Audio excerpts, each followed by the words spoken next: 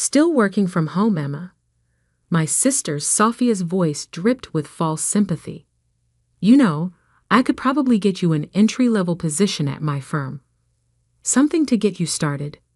I smiled politely across our parents' dinner table, where the family had gathered for our monthly ritual of thinly veiled competition. I'm doing fine, thanks. Leave her alone, my brother Marcus chimed in, though his defense wasn't much better. Not everyone is cut out for the corporate world. At least she's trying something. If they only knew that while they were climbing corporate ladders, I was building an elevator. I'm Emma Chin, though the business world knows me only as E.C. Stone, the reclusive founder of Stone Enterprises. My siblings saw me as the family failure, the quiet one who worked from her home office in sweatpants while they collected accolades in corner offices. Sophia ran operations at Goldman Sachs. Marcus had just made partner at his consulting firm. Meanwhile, I was still figuring things out, according to our mother's careful explanations to family friends. I just worry about your future, Mom said now, passing the green beans. Your sister's firm has excellent benefits. I have benefits, Mom, including ownership of a company worth more than both my siblings' firms combined. But that wasn't dinner table conversation. From your little online business? Sophia laughed. Emma, be serious. You need real security. I thought about the security detail parked discreetly outside our parents' house. Not that my family knew they were there to protect me, not them. Sometimes being underestimated was its own kind of security. The conversation shifted to Marcus's latest acquisition deal, something he was terribly proud of. I hid my smile behind my wine glass, remembering how I'd anonymously outbid him for a tech startup last month. He still didn't know why he'd lost that deal. It's a jungle out there, he proclaimed, gesturing with his fork. You have to be aggressive, take what you want. That's why Emma's approach will never work. The business world isn't kind to people who hide behind their computers. If he only knew how many times he'd lost deals to someone hiding behind a computer. I'd started Stone Enterprises 7 years ago, working from my apartment with nothing but a laptop and an idea.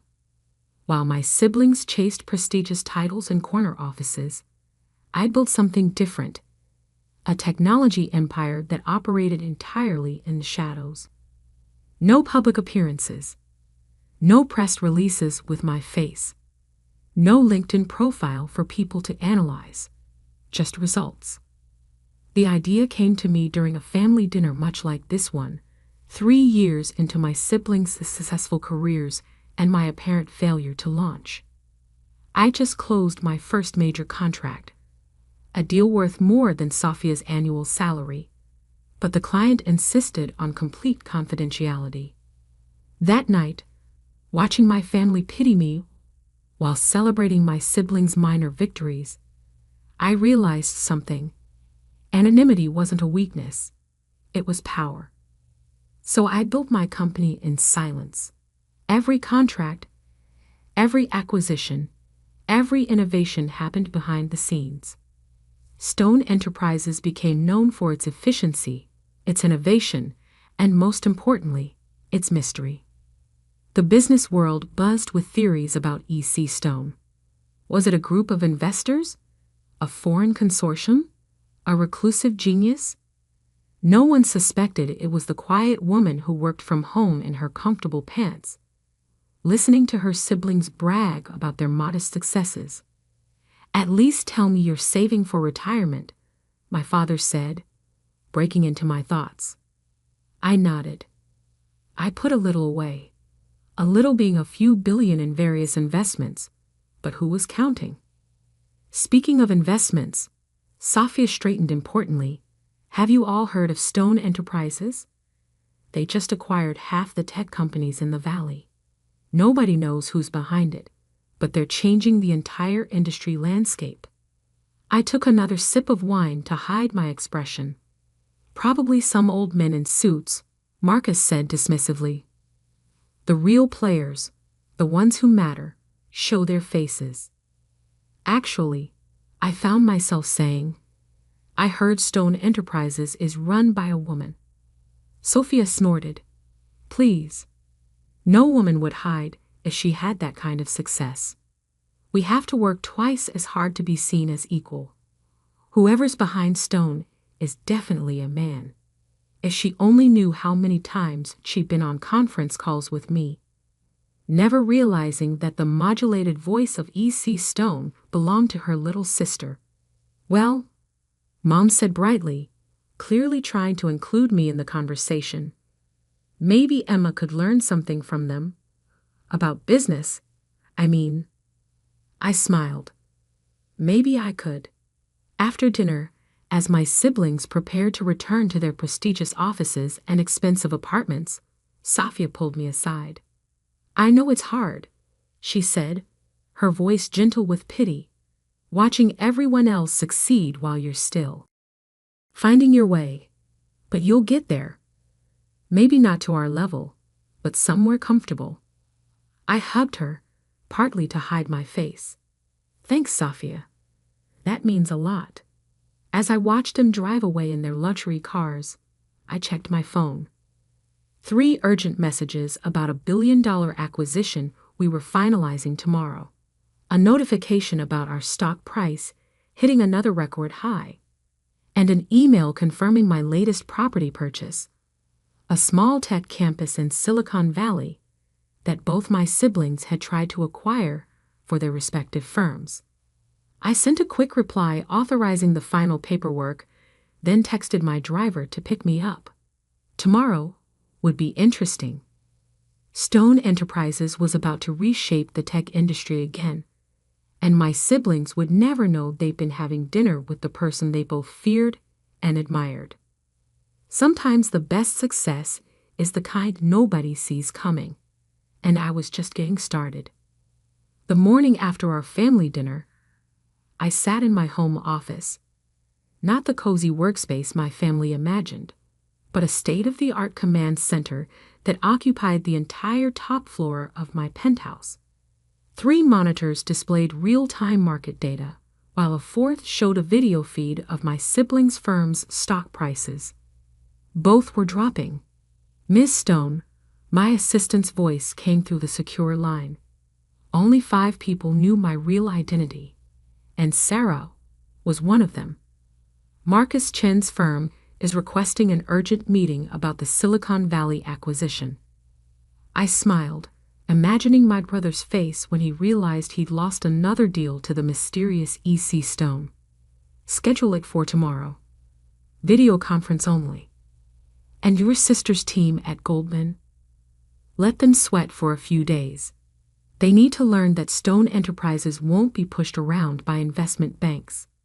I spent the morning reviewing acquisition targets, including several that both Marcus and Sophia had their eyes on.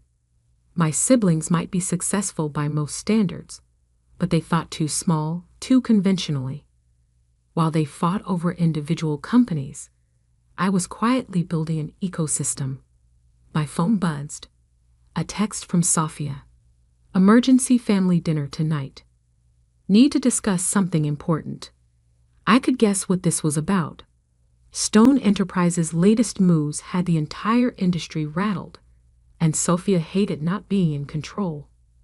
That evening, I arrived at our parents' house to find Sophia pacing the living room while Marcus sat slumped in an armchair, looking defeated. "Oh good, you're here," Sophia said distractedly. "Though I'm not sure why Mom insisted on including you in this discussion." Mom emerged from the kitchen, frowning. "Sophia, your sister is family. She should know if something's wrong." "What's going on?" I asked, though I knew exactly what was happening. Marcus ran a hand through his hair. "Stone Enterprises. They're destroying us. Every deal, every acquisition we try to make, they're there first. With better terms, better technology, better everything. Nobody knows who they are," Sophia added frantically. How are we supposed to compete with a ghost? I settled into the couch, watching my successful siblings unravel.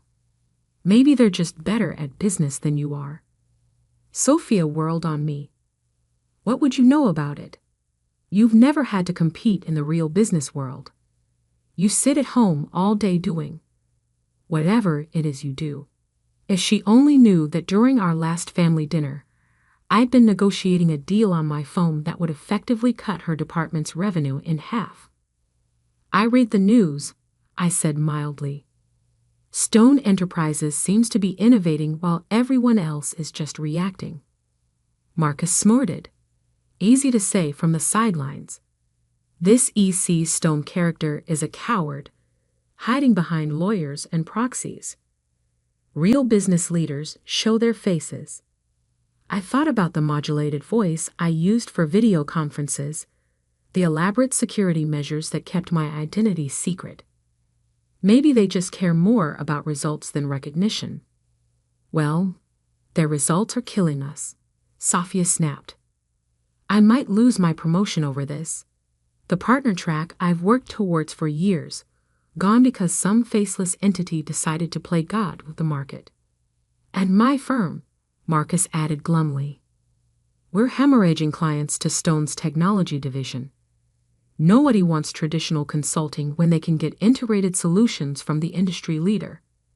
Mom looked worried. Isn't there anything you can do? Perhaps if you work together. Sophia laughed bitterly. Nobody works with Stone Enterprises.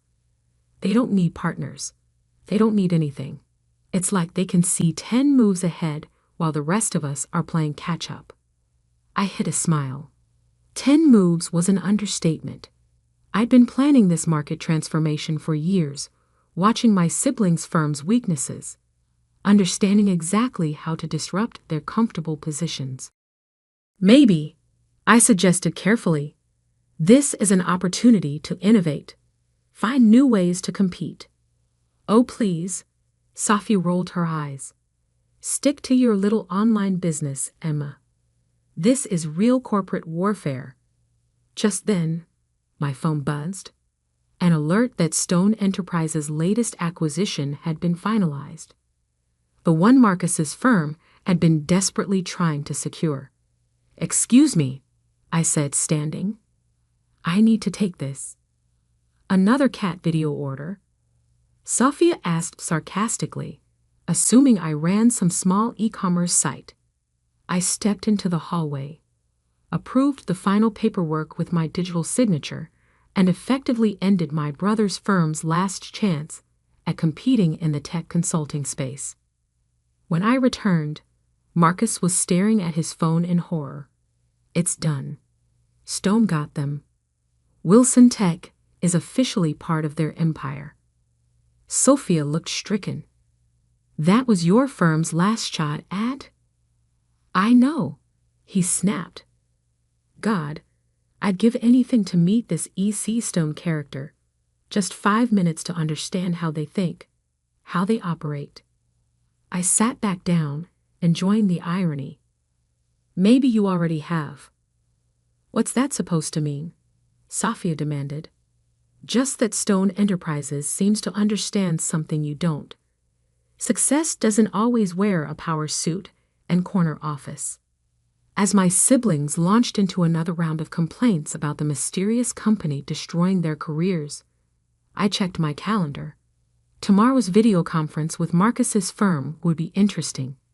I wondered if he'd recognize anything in E.C. Stone's modulated voice, any hint of his little sister's inflections. Probably not. People tend to see what they expect to see, or in my case, not see what they've dismissed. I need a drink, Sophia announced. Emma, be a dear and get me some wine. At least you're good at serving drinks. I stood, happy to escape to the kitchen. Let them enjoy their condescension while they could. Tomorrow, Stone Enterprises would announce its biggest move yet, one that would change the entire industry landscape. And my siblings still wouldn't suspect that their greatest business rival was the same person they just sent to fetch their wine. The day of the Stone Enterprises global announcement arrived with a sense of destiny.